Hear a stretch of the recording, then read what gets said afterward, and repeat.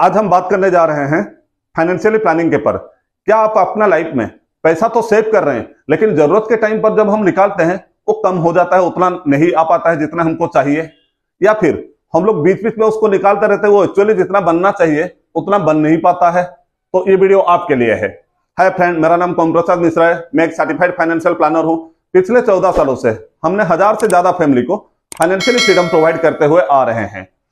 आज हम वीडियो में डिस्क्राइब करने जा रहे हैं एक फाइनेंशियल प्लानिंग के बारे में। अगर आप कहीं से टीवी लाते हैं तो टीवी के साथ में आपको मैनुअल आता है, ऑब्वियसली हाँ। अगर आप कहीं से बाइक लेते हैं, कार लेते हैं, कुछ भी चीज लेते हैं तो हर चीज के साथ में आपको मैनुअल आता है। इवन मोबाइल लैपटॉप के साथ में भी मैनुअल आता है, तो ऑब्वियसली। लेकिन हमारे पास जहां सैलरी आता है या कहीं से इनकम आता है, उसके साथ कोई मैनुअल आता है क्या? नहीं आता। अगर नहीं आता है तो हमें उसके लिए अपना मैनुअल बनाना पड़ेगा, और उसके अकॉर्डिंग अगर हम लोग प्लान करेंगे तो अपने लाइफ को कभी हमारा फाइनेंशियली क्राइसिस या फाइनेंशियली चैलेंज हमको फेस करना नहीं पड़ेगा। ये वीडियो में हम बात करने जा रहे हैं thumb rule of financial planning. हर चीज का एक रूल होता है, वैसे भी फाइनेंशियल प्लानिंग का जो बेसिक रूल है उसको बोला जाता है thumb rule of financial planning. ये रूल क्या कहता है? एक आदमी का जितना इनकम है उसका 30% उसका हाउस होल्ड एक्सपेंसेस होना चाहिए, डिपेंड टू इनकम। यहां तो बड़ा इनकम वाले का इजीली मैनेज हो जाएगा, छोटा इनकम वाला का हाउस होल्ड एक्सपेंसेस 30% में नहीं होगा। कैसे होगा हम लोग आगे इसको देखते हैं। और जो बच्चा 30%, उसमें उसका सारा ईएमआई होना चाहिए। 30% से अगर उसका ईएमआई जाता है तो उसको अपने लाइफ में उतना फाइनेंशियली फ्रीडम शायद नहीं मिल सकता है। और 10% उसका लाइफस्टाइल एक्सपेंसेस होना चाहिए।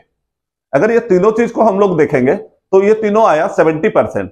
तो फॉर एग्जाम्पल के लिए मान लीजिए जिसका 20,000 भी सैलरी है, अगर देखा जाए तो 70% बोलने से 14,000 में ये सारे चीज मेंटेन हो सकता है। क्योंकि जो 20,000 सैलरी वाला है उसका ईएमआई में कोई इतना बड़ा अमाउंट नहीं जाता होगा, और उसका लाइफस्टाइल कभी होता नहीं है। जैसे कोई त्योहार आया या कुछ आया तो मजबूरी में हम लोग अपने लाइफस्टाइल को जो है वो मेंटेन करते हैं। तो वैसे ही, और इसमें बचा कितना? रेस्ट 30%। अगर रेस्ट 30% बचा है तो 20,000 वाला के लिए अगर हम लोग 30% देखेंगे तो 6,000 रुपया, वहां से 3,000 रुपया उसका शॉर्ट टर्म में सेविंग होना चाहिए। शॉर्ट टर्म बोलने से क्या है? मिनिमम मैक्सिमम 5 साल, ना 5 साल से नीचे होना चाहिए ना 5 साल से ऊपर होना चाहिए। तो अगर मान लीजिए हम लोग 3,000 रुपया 5 साल के लिए कहीं बचाते हैं तो अपना कैपिटल जो है वो हो गया 1,80,000 रुपया। और उसके पर हम जहां भी सेव करते हैं मिनिमम से मिनिमम तो 30 लाख, 30,000, 40,000 इंटरेस्ट आएगा। अगर हम लोग टोटल को मिला देंगे तो अपने लिए 2,20,30,000 का फंड बन गया। तो ये फंड को हमें आगे कैरी फॉरवर्ड नहीं करना है, लाइफ को एंजॉय करते हुए जाना है। तो ये फंड में जो 20,000 वाला सैलरी है वो अपना मिसेस के लिए कोई गोल्ड का नेकलेस खरीद सकता है, अपने लिए कोई नया बाइक ला सकता है, अपना घर का अपग्रेडेशन कर सकता है, या फिर उस फैमिली में वो कोई वेकेशन में जाता है। तो यहां पर हम अपना लाइफस्टाइल को अपग्रेड करते रहेंगे और लाइफ को एंजॉय करते हुए चलेंगे। उसके बाद आता है, और जो 15% बचा उसको कहां बचाएंगे?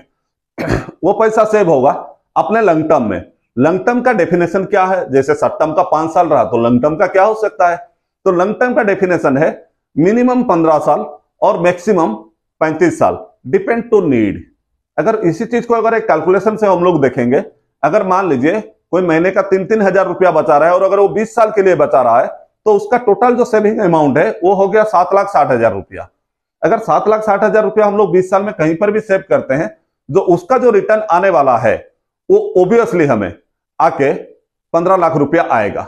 अगर हमें 15 लाख रुपया कहीं से मिल रहा है तो जो जिसका 20,000 सैलरी है उसका बेटी का एजुकेशन या बेटी का शादी या फिर अपना रिटायरमेंट के लिए वो आराम से प्लानिंग हो सकता है। तो अगर हम लोग ये तरीका को फॉलो किए, इसमें से कोई रिप्लाई आएगा आज के दिन में आप बोल रहे हैं सर 15 लाख ठीक है, लेकिन आगे कैसे होगा? मैंने यहां परसेंट का रूल को फॉलो करने के लिए बोला है।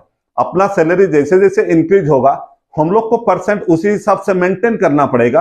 अगर ये परसेंट को हमने मेंटेन कर लिए तो गारंटेड है अपने लाइफ में कभी कोई फाइनेंशियली चैलेंज फेस करना नहीं पड़ेगा और अपने लाइफ आराम से स्मूथली चल जाएगा।